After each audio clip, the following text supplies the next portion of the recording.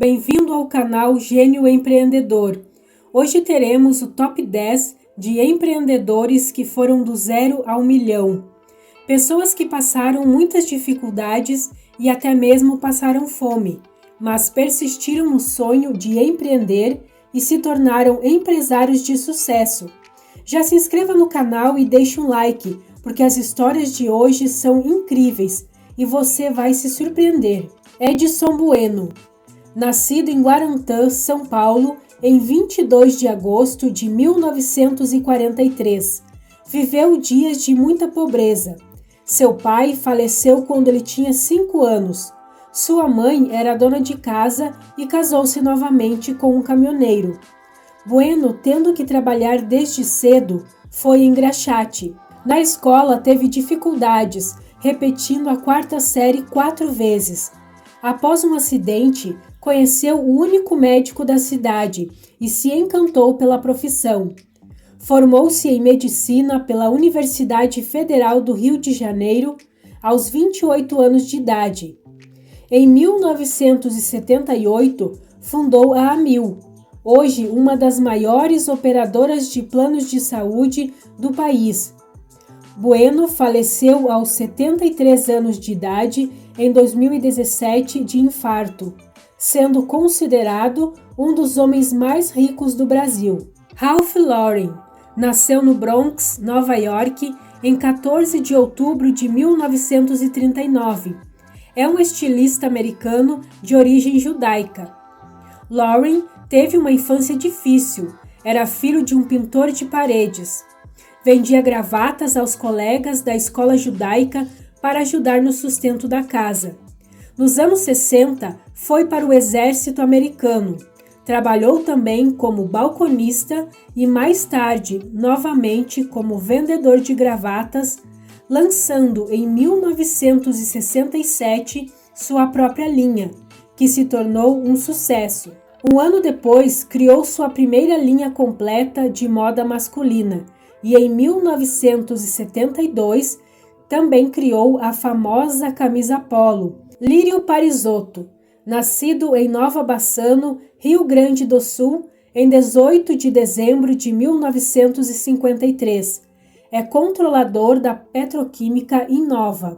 Filho de uma família de pequenos agricultores, a casa da família era de madeira, com frestas que deixavam entrar o vento gelado do forte inverno gaúcho. Trabalhava na roça para ajudar os pais, junto com os 9 irmãos. Aos 22 anos, tornou-se sócio de uma pequena loja de som automotivo e em 1988 fundou a Videolar, que produzia fitas cassete e VHS.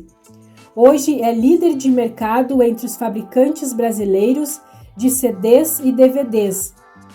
10 anos depois, também entrou para o mercado de ações. Larry Ellison nasceu em Nova York em 17 de agosto de 1944. É cofundador e diretor executivo da Oracle Corporation. Filho de uma mãe solteira que o deu para um casal de tios o criarem. Mesmo com muitas dificuldades, cursou 2 anos da Universidade de Illinois e apenas um semestre da Universidade de Chicago.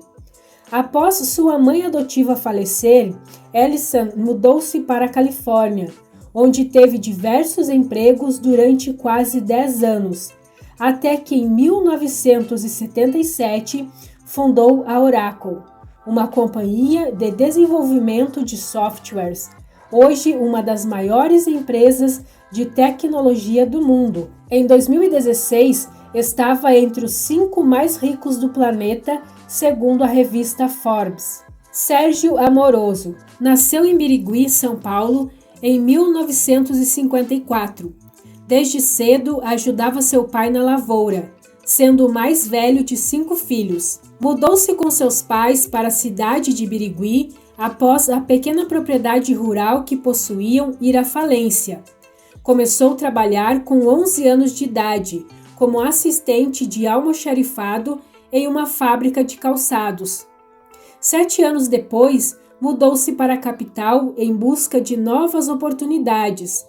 Depois de 8 meses morando em um apartamento com alguns conhecidos, o dinheiro terminou. Foi quando passou fome por muitos dias, até conseguir um emprego numa fábrica de embalagens de papelão. Após algum tempo, a empresa onde trabalhava pediu concordata, devido à crise econômica que mexia com o Brasil no início dos anos 80. Em 1981, alugou um galpão na Zona Leste, junto com alguns sócios, onde montaram uma fábrica. Assim foi o início do Grupo Orsa, hoje um dos maiores produtores de papel e celulose do país.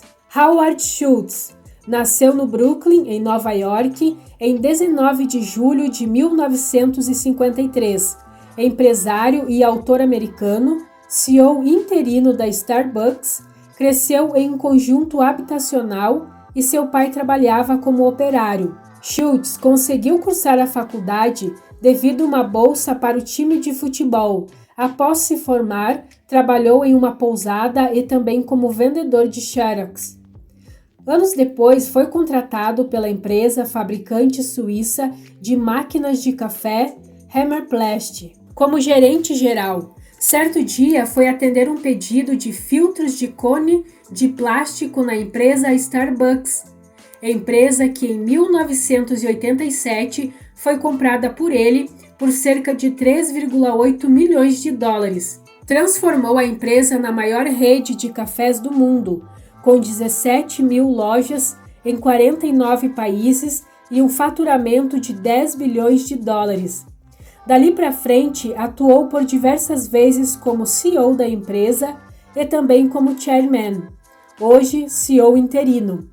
Schultz embolsou 130 milhões de dólares apenas em salários e bônus nos últimos anos. Tai Quan Yan veio refugiado do Vietnã em busca de liberdade devido ao regime comunista em 1979, com 21 anos de idade, através de um petroleiro da Petrobras, junto com mais 9 pessoas. Foram encontrados à deriva no Oceano Pacífico, sendo resgatados pelo navio e levados para o Rio de Janeiro, sem falar português nem conhecer a cultura do povo brasileiro. Ele foi morar inicialmente nas favelas da cidade e depois em albergues paulistas. Sua única renda eram os 50 dólares mensais que recebia da ONU como auxílio a refugiados. Aprendeu português em uma biblioteca pública, lendo dicionários de francês-português. Em 1986, havia recebido um lote de bolsas como pagamento de uma dívida. Vendeu-as e motivou-se com o lucro das vendas.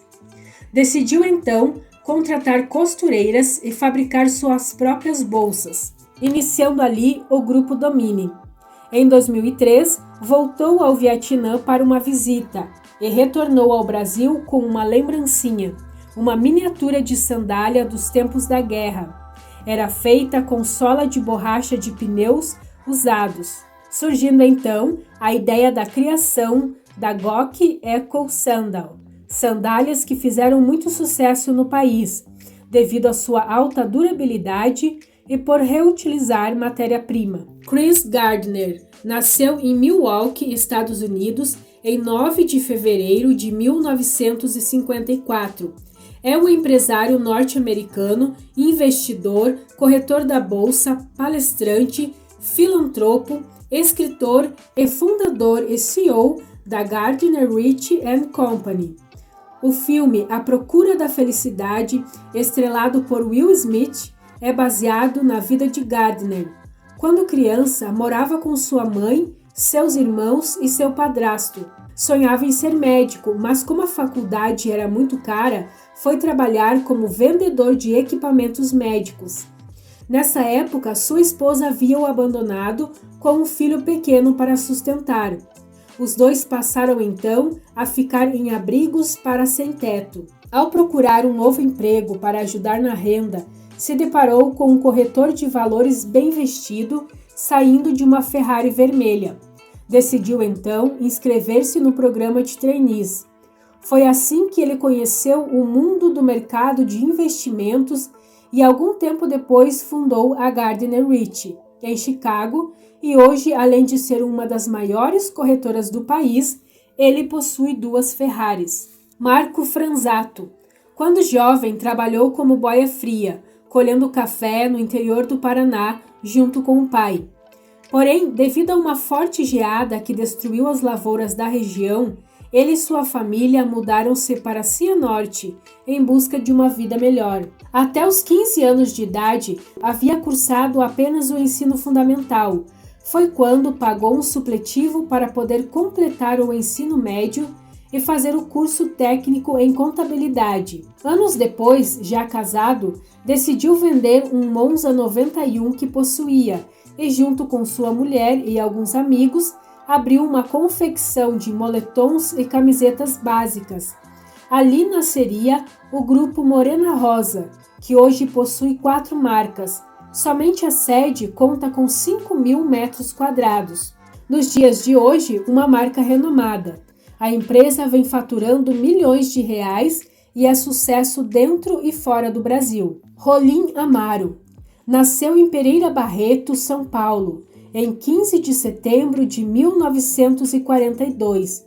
Faleceu em 8 de julho de 2001, em um acidente de helicóptero. Em 1960, fez um curso de piloto e tirou seu primeiro brevet, com o dinheiro que conseguiu vendendo uma lambreta. Em 1963, conseguiu um emprego como piloto no táxi aéreo Marília, a TAM, empresa fundada por alguns pilotos e que operava aviões Cessna, os famosos teco-tecos. Em 1966, foi trabalhar como piloto particular na Amazônia. Foi quando conseguiu comprar seu primeiro Cessna. Também vendia roupas e radinhos a pilha para ajudar na renda, e 2 anos depois já havia adquirido 10 monomotores. Em 1972, comprou metade das ações da TAM e em 1976 a outra metade, tornando-se dono da empresa, hoje a maior companhia aérea do país. Todas essas histórias são incríveis. O que você achou? Se você gostou, se inscreva no canal, deixe o seu like e se você quer conhecer uma dessas histórias de forma completa, deixe a sua opinião nos comentários. E confira também em nosso canal a história de John Paul DeJoria, de sem teto a bilionário, outra história inspiradora que você precisa conferir. Obrigada por assistir até o final e até o próximo vídeo Gênio Empreendedor.